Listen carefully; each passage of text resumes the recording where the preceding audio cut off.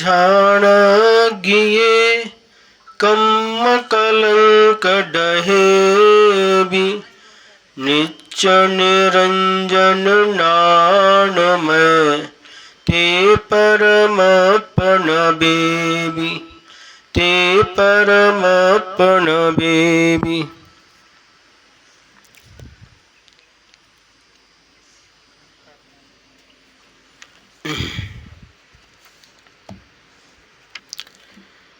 दोहा सूत्र नंबर 176।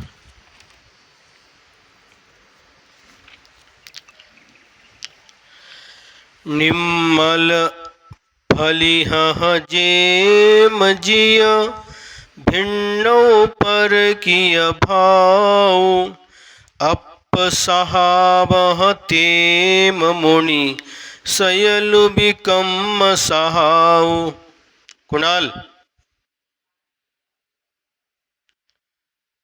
निर्मल स्फटिकाद यथा जीव भिन्न परकृत भाव आत्मस्वभावात् तथा मन्यस्व सकलम अपि कर्म स्वभावम।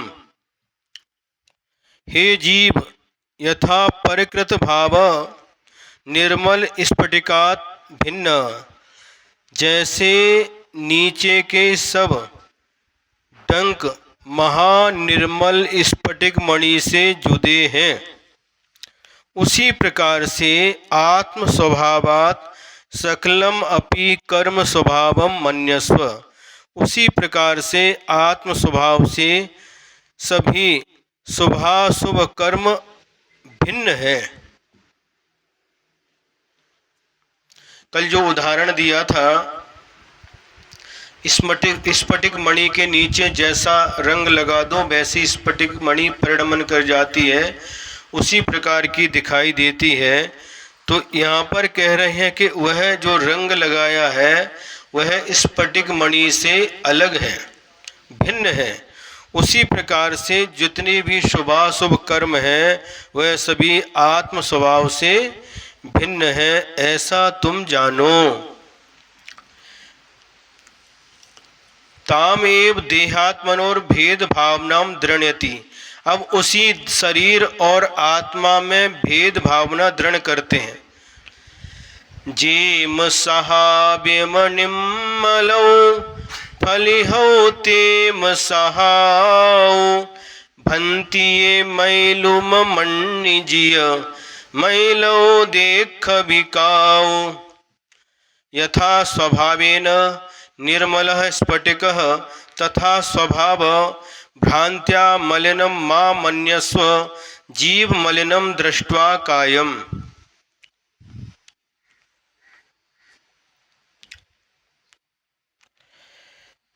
जैसे स्फटिक मणि स्वभाव से निर्मल है, उसी प्रकार आत्मा स्वभाव से निर्मल है। ऐसे आत्म स्वभाव को हे जीव कायम मलिनम, शरीर की मलिनता देख करके भ्रांत्या भ्रम से मलिनम मां मन्यस्व, उसको मैला मत जानो। क्या? जैसे स्फटिक मणि स्वभाव से निर्मल होती है, उसी प्रकार से आत्मा भी स्वभाव से निर्मल है। इसलिए हे जीव, शरीर की मलिनता देख करके आत्मा को मलिन मत जानो। शरीर गंदा हो जाता है, उस गंदे शरीर को देख करके तुम आत्मा को गंदा मैला मत समझो।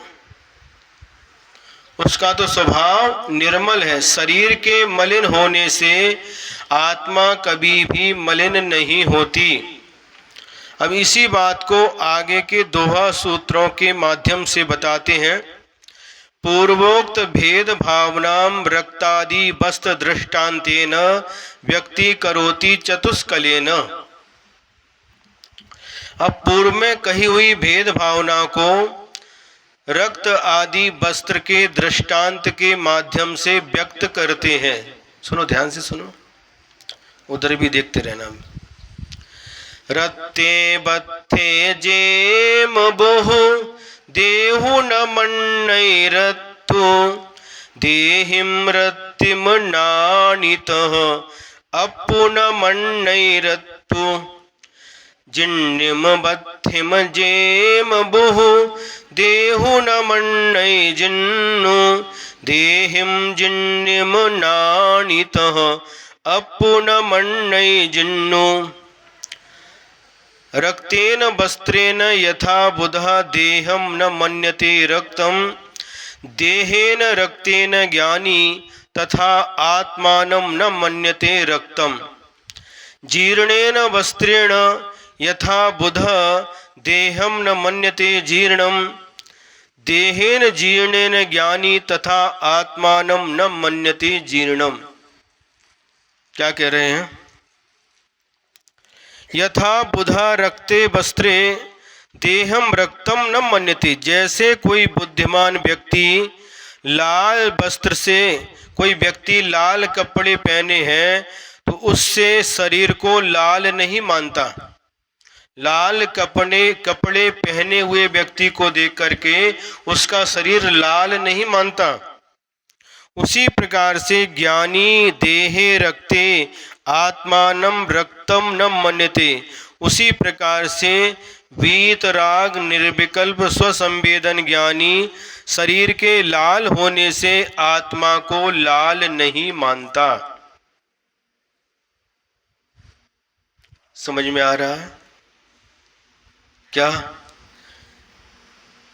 वस्त्र जिस व्यक्ति ने लाल रंग के पहने हैं, लाल रंग के वस्त्र पहने हुए व्यक्ति को देख करके कोई यह नहीं समझता कि इसका शरीर लाल है।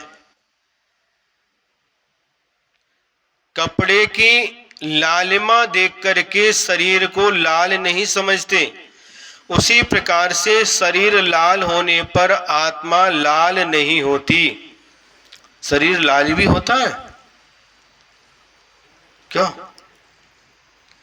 24 तीर्थंकर भगवान में से 16 तीर्थंकर भगवान के शरीर का रंग तपाए हुए सोने के समान था। 2 भगवान के शरीर का रंग लाल है, 2 भगवान के शरीर का रंग सफ़ेद है, 2 भगवान के शरीर का रंग काला है, 2 भगवान के शरीर का रंग हरा है। इस प्रकार से तो लाल भी शरीर है, लेकिन लाल शरीर को देख करके ज्ञानी व्यक्ति आत्मा को लाल नहीं मानता। उसी प्रकार से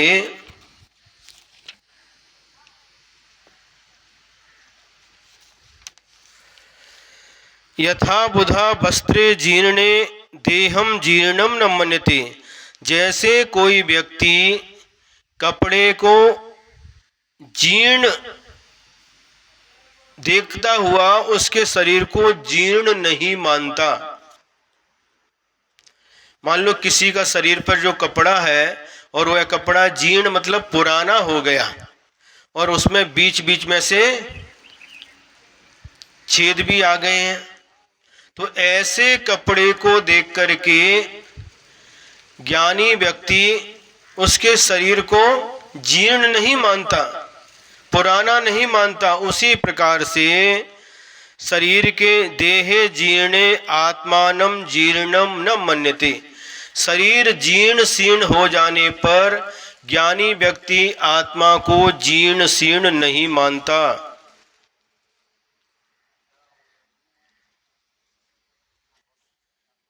वृद्धावस्था आ जाती है, जो जवान शरीर है एकदम जो जवान शरीर है वह जवान शरीर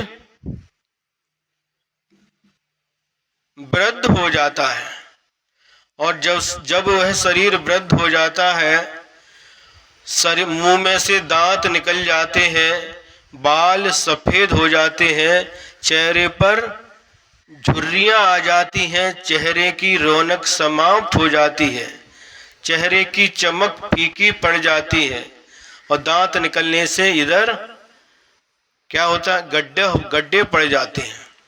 आंखें अंदर धस जाती है, पूरा शरीर जीर्ण शीर्ण हो जाता है। उधर कहाँ देख रहे भैया? तिकडे बघायचे नाही, तुम्ही पुन्हा भरून आले, जास्ती वेळ तुमच्याकडे नाही, माझ्याकडे पण नाही। उपदेश ऐकताना इकडे तिकडे बघायचं नाही, इकडे लक्ष द्या।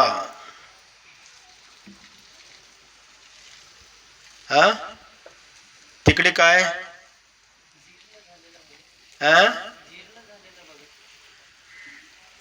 तिकडे कोण आहे जीर्ण? ते बघायचे नाही, इकडे ऐकायचं। डोळे पण इकडे आणि कान पण इकडे। ये उदाहरण दिया जा रहा है कि जिस प्रकार से वह व्यक्ति बूढ़ा हो गया, सारा शरीर शिथिल पड़ गया, जो मांस अभी ऐसा दिखता है बाद में चमड़ी और हड्डी दिखने लगी, पूरा शरीर जीर्ण शीर्ण हो गया, हड्डी का ढांचा दिख रहा है। ऐसे जीर्ण शीर्ण शरीर को देख करके ज्ञानी व्यक्ति आत्मा को जीर्ण शीर्ण नहीं मानता। ऐसे शरीर को देख करके ज्ञानी व्यक्ति आत्मा को पुराना नहीं मानता। जिस प्रकार से जीर्ण शीर्ण वस्त्र को देख करके कोई शरीर को जीर्ण शीर्ण नहीं मानता, जिस व्यक्ति ने जीर्ण शीर्ण फटे पुराने कपड़े पहन लिए हैं, ऐसे व्यक्ति को देख करके ज्ञानी व्यक्ति कभी भी उस व्यक्ति को फटा पुराना नहीं समझता। उसी प्रकार से शरीर भले ही फटा पुराना हो जाए, शरीर भले ही जीर्ण शीर्ण हो जाए, लेकिन आत्मा को ज्ञानी व्यक्ति कभी भी जीर्ण शीर्ण नहीं मानता। अब पुनः कहते हैं, बत्तु पनठै जेम बुहु देहु न मन्नै नट्ठु नट्ठे देहे नानित अपुन मन्नै नट्ठु भिन्नौ बत्तु जिजेम जिय देह मन्नै नानि देहु न देहु विभिन्नौ नानितः अपह मन्नै जान। वस्त्रे प्रणष्टे तथा बुध देहम न मन्यते नष्टम नष्टे देहे ज्ञानी तथा आत्मानं न मन्यते नष्टम। जिस प्रकार से वह वस्त्र नष्ट हो जाए, क्या जो वस्त्र उसने पहना है और उस वस्त्र के नष्ट हो जाने पर कोई ऐसा नहीं समझता कि उसका शरीर नष्ट हो गया है, उसी प्रकार से ज्ञानी व्यक्ति शरीर के नष्ट हो जाने पर आत्मा नष्ट हो गई ऐसा नहीं मानते।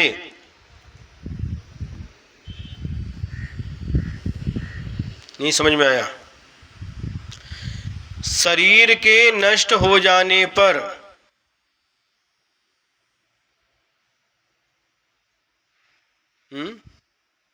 शरीर के नष्ट हो जाने पर जिस प्रकार से, नहीं पहले उदाहरण दिया, कपड़े के नष्ट हो जाने पर जिस प्रकार से शरीर नष्ट नहीं होता, उसी प्रकार से शरीर के नष्ट होने पर आत्मा नष्ट नहीं होती, ऐसा ज्ञानी व्यक्ति जानते हैं और मानते हैं। समझ में आ रहा है? किसी व्यक्ति का मरण हो गया, किसी व्यक्ति का शरीर जल गया, लेकिन शरीर जल जाता है, शरीर जलने से आत्मा नहीं जलती। किसी का कपड़ा जल गया, शरीर पर कपड़ा पहन करके रखा था, लेकिन असावधानी के कारण से कपड़ा जल गया, लेकिन कपड़ा जल गया तो कोई ये नहीं समझता कि वह व्यक्ति जल गया। उसी प्रकार से शरीर के जल जाने पर आत्मा नहीं जलती, ऐसा ज्ञानी व्यक्ति समझते हैं। शरीर जल जाता है लेकिन आत्मा नहीं जलती। आज तक इस धरती पर ऐसी अग्नि नहीं आई जो आत्मा को जला सके। ऐसी अग्नि तो है कि शरीर को जला करके भस्म कर देती है, लेकिन आत्मा को जलाकर भस्म करने वाली अग्नि आज तक नहीं आई और न भविष्य में कभी भी ऐसी अग्नि आ सकती है जो आत्मा को जला करके भस्म कर सके। अस्त्र शस्त्र के माध्यम से शरीर के टुकड़े टुकड़े हो सकते हैं। कोई दुश्मन अपनी दुश्मनी के कारण से किसी व्यक्ति को तलवार आदि लेकर के उसके शरीर के टुकड़े टुकड़े कर सकता है, से शरीर नष्ट हो सकता है, लेकिन आत्मा के कभी भी टुकड़े नहीं होते। शरीर के बस शरीर पर जो वस्त्र धारण किया है उसके टुकड़े टुकड़े होने पर कोई व्यक्ति ऐसा नहीं समझता कि शरीर के टुकड़े हो गए। उसी प्रकार से शरीर के टुकड़े टुकड़े हो जाने पर भी कोई ऐसा नहीं समझता कि आत्मा के टुकड़े हो गए। आत्मा तो अखंड है।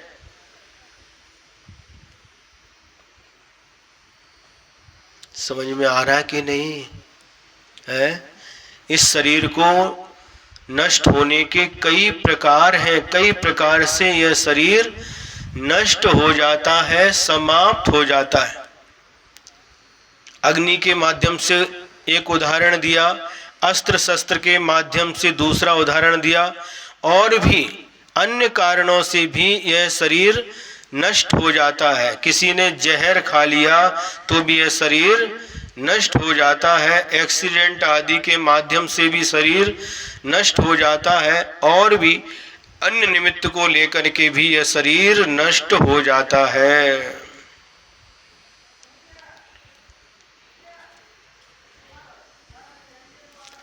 भिन्नम वस्त्रम एव यथा जीव देहात् मन्यते ज्ञानी देहम अपि भिन्नम ज्ञानी तथा आत्मनः मन्यते जानी। क्या कह रहे हैं? हे जीव, यथा ज्ञानी देहात् भिन्नम एव वस्त्रम मन्यते, जिस प्रकार से ज्ञानी शरीर से भिन्न ही कपड़े को मानता है। शरीर पर कपड़ा धारण किया है, कपड़े आपने पहन करके रखे हैं, शरीर पर कपड़े पहन करके रखे हैं, लेकिन फिर भी ये समझते हैं कि कपड़ा अलग है और शरीर अलग है। अनिकेत, समझ में आ रहा? क्या कहते हैं? शरीर पर आपने इस कपड़ा पहन करके रखा है, तो कपड़ा अलग है और शरीर अलग है। कपड़ा सो शरीर नहीं है और शरीर सो कपड़ा नहीं है। ये दोनों जुदा जुदा है, ऐसा हम मानते कि नहीं? उसी प्रकार से ज्ञानी देहम अपि आत्मनः भिन्नम मन्यते, उसी तरह ज्ञानी व्यक्ति शरीर को भी आत्मा से भिन्न मानते हैं।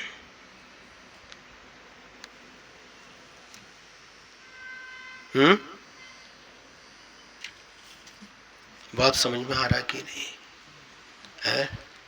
पूना से आए आप लोग।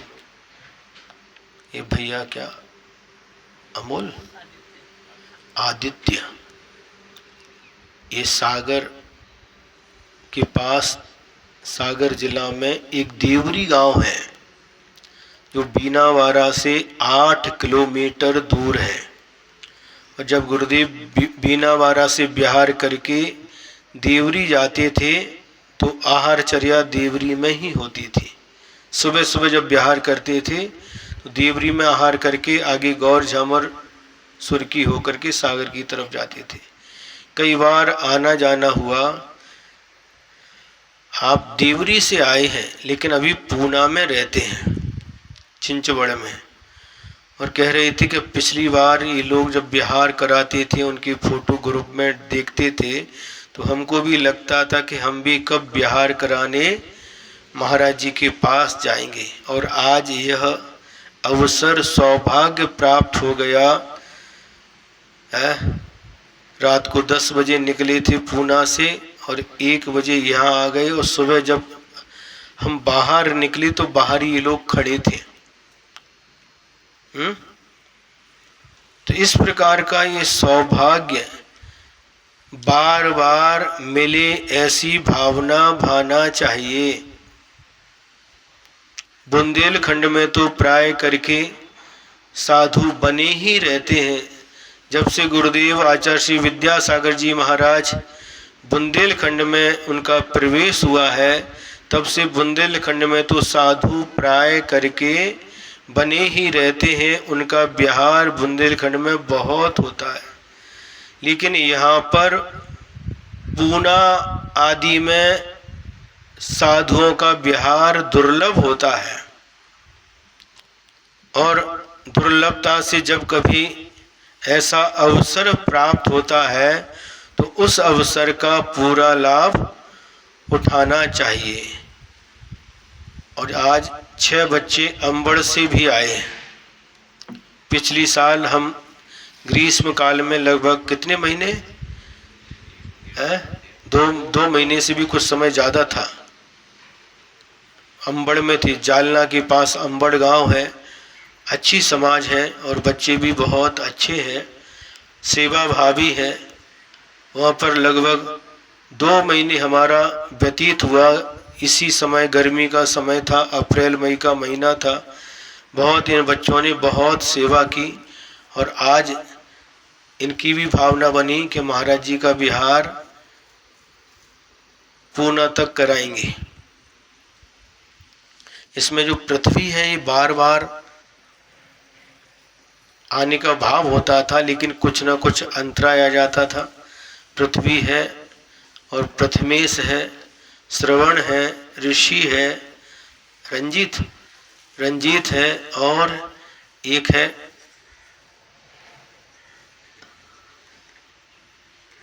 समर्थ। इस प्रकार से 6 बच्चे बिहार में सहयोग करने के लिए अंबड़ से आए हैं। इस प्रकार की भावना प्रत्येक गांव के लोगों की होना चाहिए, क्योंकि आजकल बहुत समय ऐसा आया है कि रोड पर बहुत एक्सीडेंट होते हैं। पिछले हफ्ता में 2 आर्यका माता जी का एक्सीडेंट हो गया और दो माता जी उनकी समाधि हो गई। कल या परसों एक श्वेतांबर साधु की पुनः एक्सीडेंट में समाधि हो गई। ये अवसर ऐसा है, इसलिए हमें सावधानी रखना चाहिए। साधुओं के व्यवहार में भी हमें निरंतर अपना अपना सहयोग देते रहना चाहिए। तो हम ये कह रहे थे कि जिस प्रकार से शरीर पर आपने जो वस्त्र धारण किया है वह वस्त्र अलग है और शरीर अलग है। दोनों को अलग मानते हो कि नहीं? बताओ। जो कपड़ा है वह आदित्य है क्या? कपड़े का नाम आदित्य है क्या? नहीं है। तो आदित्य का नाम कपड़ा है क्या? नहीं है। आदित्य अलग है और कपड़ा अलग है। आदित्य सो कपड़ा नहीं, कपड़ा सो आदित्य नहीं, ये दोनों अलग अलग हैं। शरीर पर पहन करके रखते हैं, लेकिन फिर भी शरीर को और कपड़े को अलग अलग समझते हैं। समझते कि नहीं? शरीर अलग है, कपड़ा अलग है। उसी प्रकार से ज्ञानी व्यक्ति कर्मों के कारण से इस शरीर को पहन करके रखा है। आत्मा ने इस शरीर रूपी वस्त्र को धारण किया है, लेकिन फिर भी ज्ञानी शरीर को अलग मानते हैं और वस्त्र को अलग मानते हैं। शरीर को अलग मानते हैं और आत्मा को अलग मानते हैं। दोनों अलग अलग हैं। आत्मा का स्वभाव ज्ञान दर्शन है, जानना और देखना आत्मा का स्वभाव है। लेकिन पुद्गल का स्वभाव बनना और मिटना, पूर्ण गणन स्वभाव इस पुद्गल का है। पुद्गल बनता है और मिट जाता है, बनता है और नाश को प्राप्त हो जाता है। जन्म किसका होता है? क्यों समर्थ? जन्म किसका होता है? जीव का नहीं, शरीर का जन्म होता है। शरीर का जन्म होता है और शरीर का ही मरण होता है। ज्ञानी व्यक्ति शरीर के जन्म मरण को देख करके आत्मा का जन्म मरण नहीं मानते, क्योंकि आत्मा का न जन्म होता है और न आत्मा का मरण होता है। आत्मा अजर अमर है, अनादि काल से था और अनंत काल तक रहने वाला है, इसमें जरा भी संदेह नहीं है।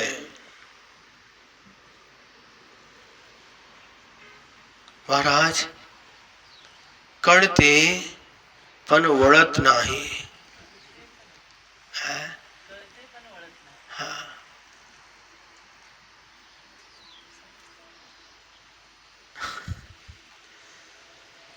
हाँ।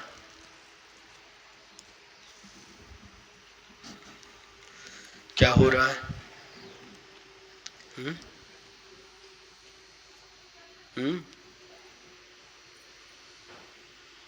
बंद हो गया? हाँ। तो ये इतना ज्ञान हमें प्रति समय बैठ करके एक दिन में जितना समय मिलता 10 मिनट आंख बंद करके बैठना और जो पढ़ा है सुना है उसका चिंतन करना। कितनी बातें हो गई इसमें। जिस प्रकार से कोई लाल रंग के कपड़े को पहनता है तो वह कोई उसको देख करके ये व्यक्ति लाल है ऐसा नहीं मानता।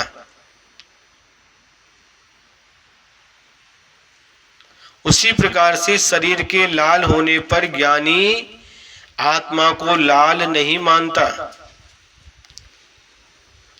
अब कपड़ा किसी ने जीर्ण शीर्ण पहना है, उसको देख करके कोई ऐसा नहीं समझता कि इसका शरीर जीर्ण शीर्ण हो गया है।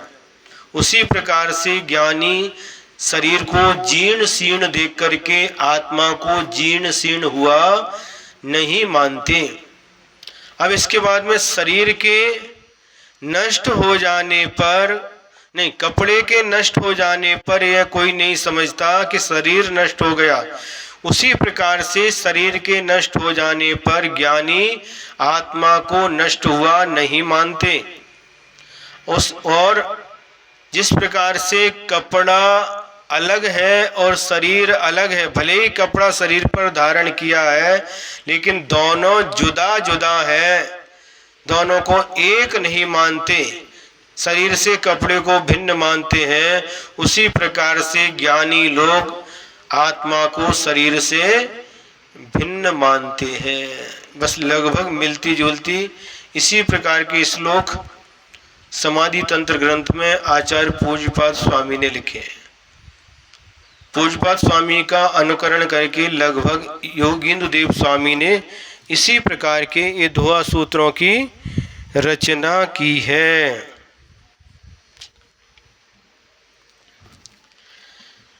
दुख जनक देह घातकम शत्रुम अपि मित्रम जानीहि इति दर्शयति। दुखों को उत्पन्न करने वाले, शरीर का घात करने वाले शत्रु को भी तुम मित्र जानो। ये कैसी बात है। इहु तणु जीवन तो झर्यो दुख जेन जने, सो परो जानी में तुहु जो तनु एहु हने।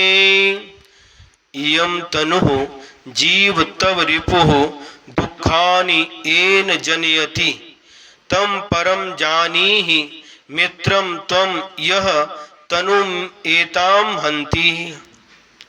हे जीव, इयम तनु तव रिपु, यह शरीर तेरा शत्रु है। क्या कह रहे हैं? यह शरीर तेरा शत्रु है। येन दुखानि जनति, क्योंकि यह शरीर दुखों को उत्पन्न करता है। और यह जो इमाम तनुम हंति, तम त्वम परम मित्रम जानीहि। ऐसे दुख को उत्पन्न करने वाले इस शरीर का जो घात करता है उसको तुम परम मित्र जानो, उसको अपना शत्रु मत समझो। क्या कह रहे हैं? क्यों? यह शरीर तेरा शत्रु होने से दुख उत्पन्न करता है। जो हमारे लिए दुख उत्पन्न करता है उसे हम क्या समझते हैं? शत्रु। तो जब शरीर ये दुख उत्पन्न कर रहा है तो तू इससे अनुराग मत कर, इस शरीर के प्रति अनुराग मत कर। और जो तेरे शरीर की सेवा करता है उससे भी राग मत कर। और जो तेरे शरीर का घात कर देवे उसको शत्रु मत जान।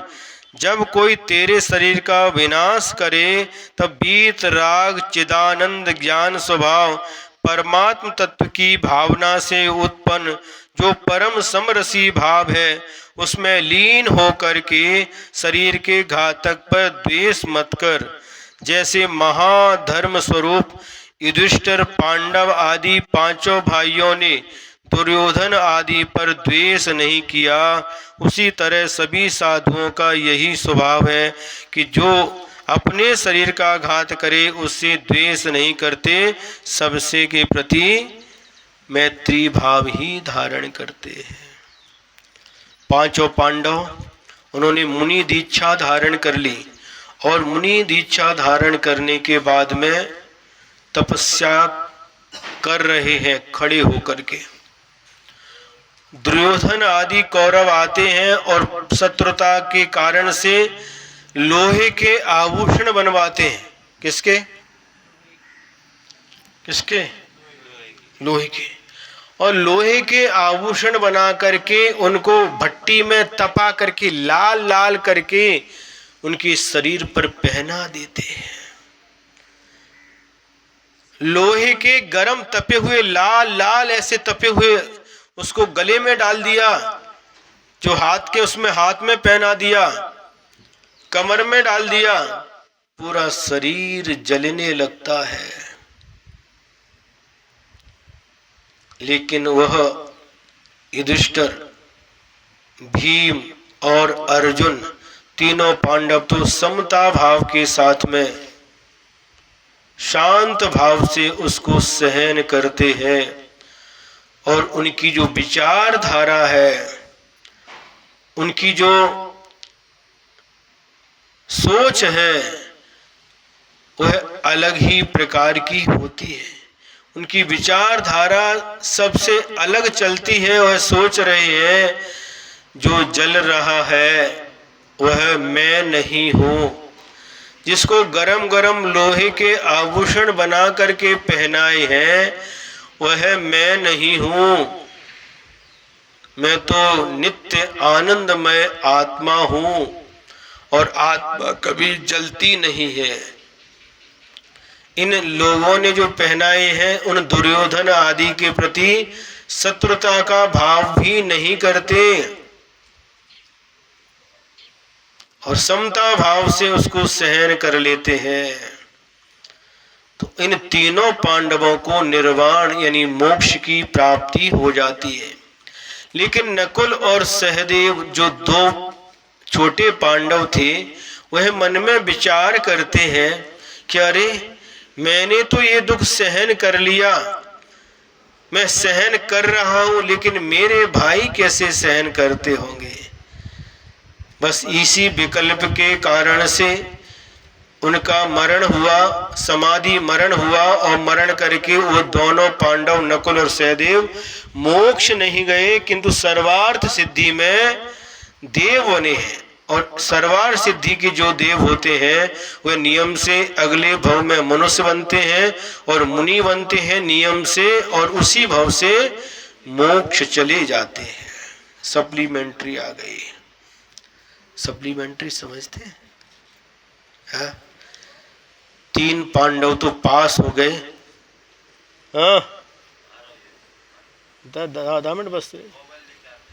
3 पांडव तो पास हो गए लेकिन 2 पांडव की सप्लीमेंट्री आ गई। लेकिन फिर भी वह सर्वार सिद्धि में देव बने, लेकिन अगले भव में वो सप्लीमेंट्री आने वाली नहीं है, नियम से मोक्ष जाने वाले हैं। कितने सारे उदाहरण शास्त्रों में पढ़ने के लिए मिलते हैं, सुनने के लिए मिलते हैं, कैसे कैसे उपसर्गों को उन मुनिराज ने समता भाव से सहन कर लिया।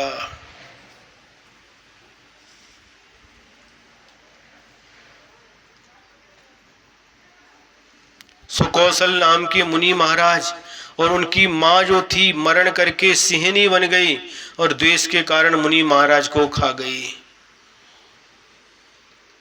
सुकुमाल नाम के मुनि महाराज जिनको सरसों का दाना भी चुभता था, जब दीक्षा ली, रत्नत्रय को धारण किया, मुनि बन गए और ध्यान में खड़े हैं।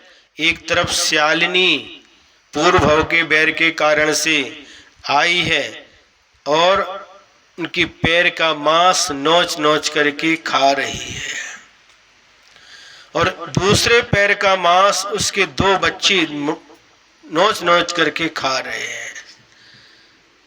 जीवित अवस्था में एक छोटी सी चींटी काटती है, लाल चींटी, लाल मूंगी, क्या होता है? महाराज सहन नहीं होता, तुरंत हाथ जाता वहां पर उनको निकाल देते हैं। जरा मच्छर ने काट लिया, तुरंत उसको भगा देते। एक चींटी, एक मच्छर काटने पर भी हमें सहन नहीं होता, लेकिन वह सुकुमाल मुनि महाराज खड़े हैं और श्यालिनी नोच नोच करके मांस निकाल निकाल करके खा रही है। एक दिन में घुटने तक खा गई, दूसरे दिन और आगे बढ़ गई जंघा तक, और तीसरे दिन कमर तक का मांस खा लिया। और उसी समय सुकुमाल मुनि महाराज के प्राण पखेरु उड़ गए, उनका समाधि मरण हो गया, और मरण करके वह भी स्वर्ग में, उन्होंने भी देव पद को प्राप्त किया। कैसा लगता है? जीवित अवस्था में और मांस को शरीर से नोच नोच करके कोई खा रहा हो, क्या दशा होती है। खड़े रहे, जैसी कमर तक आया, शरीर धड़ाम से गिर गया और आत्मा स्वर्ग के लिए रवाना हो गई। कितने कितने कष्ट आते हैं, लेकिन समता भाव से वह मुनिराज सहन कर लेते हैं। ऐसे ही मुनिराज को मोक्ष की प्राप्ति होती है, और जिनको मोक्ष की प्राप्ति नहीं हो पाई, जो स्वर्ग में गए, वो नियम से निकट भविष्य में नियम से मोक्ष प्राप्त करते हैं।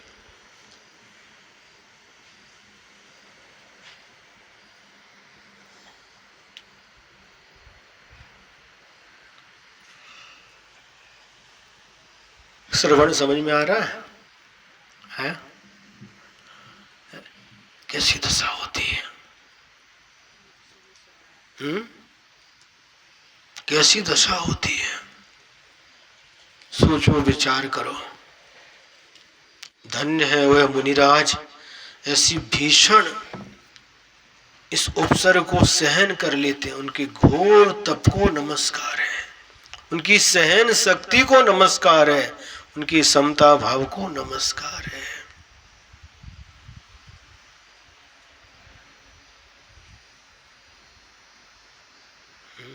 हमारी सहन शक्ति बिल्कुल नहीं है। थोड़ा किसी ने मार दिया, ईंट का जवाब पत्थर से।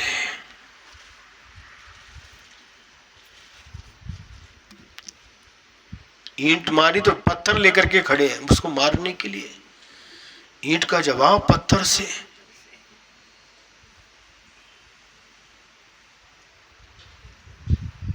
कहाँ है हमारी सहन शक्ति? कहाँ है हमारे पास समता भाव है? कोई एक गाली देता है तो बदले में कितनी? जाऊ भाई ने एक गाली दे दी है तो ये एक के बदले 4 होता कि नहीं? क्यों अज्जी? इस संसार की दशा है।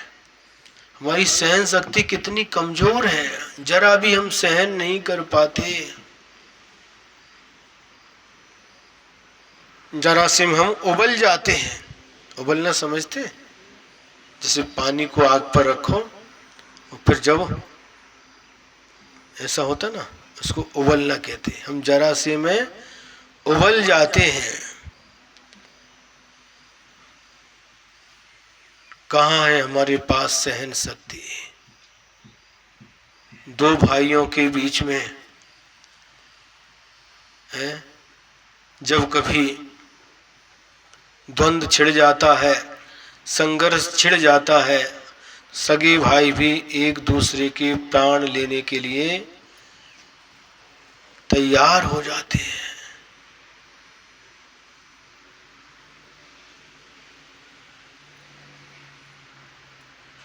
लेकिन देखिए कितनी महानता है, कितनी सहनशीलता है, कितनी समता है उन मुनिराज के अंदर, इस प्रकार की भयानक उपसर्गों को भी सहन कर लेते हैं। हमें सुनते समय और सुनाते समय भी कैसा होता है।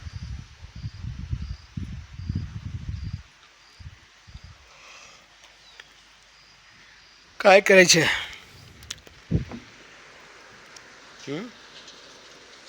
काय करायचं? हैं? सांगा, लवकर सांगा।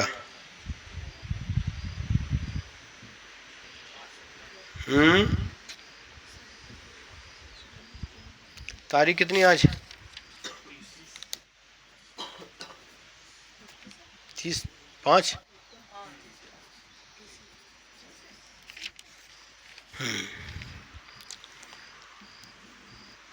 देखो थोड़ा सा समय मिलता भी, बिहार काल चल रहा है तो बिहार करना होता। हम बार बार आप लोगों के लिए कहते हैं कि जितना अच्छा लाभ यहाँ मिल रहा है, पूना में जाने के बाद उतना लाभ नहीं मिल पाएगा।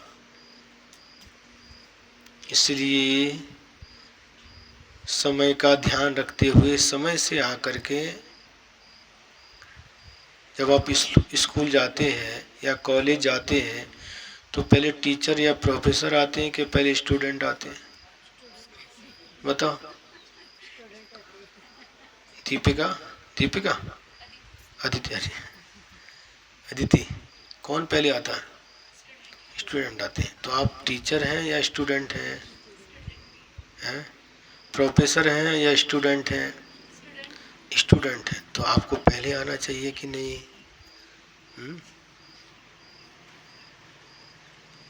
हाँ। समय आज कितना चलना? बिहार कितना है? 6 किलोमीटर का बिहार है, लगभग 6 किलोमीटर चलना है, इसलिए इतना ही पर्याप्त है। 5:30 लगभग बज चुके हैं, 2-3 मिनट कम है। कल आगे, इसके आगे का कल देखेंगे।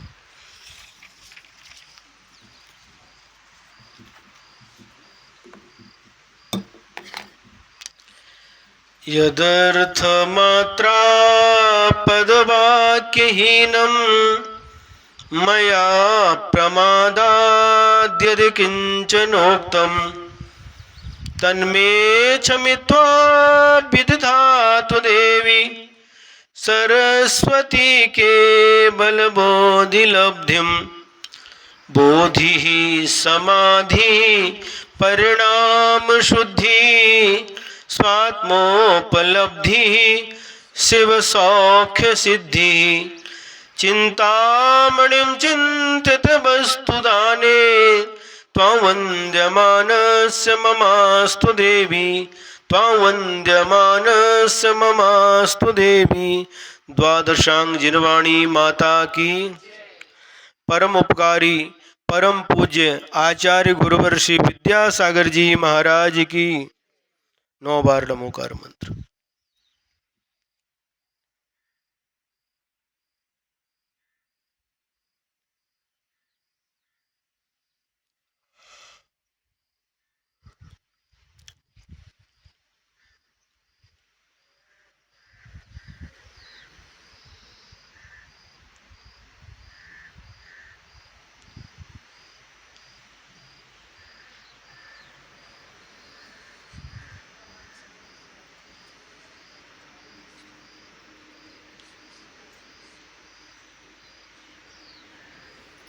परम पूज्य 108 अभिनंदन सागर जी महाराज की जय। सबका ले लें।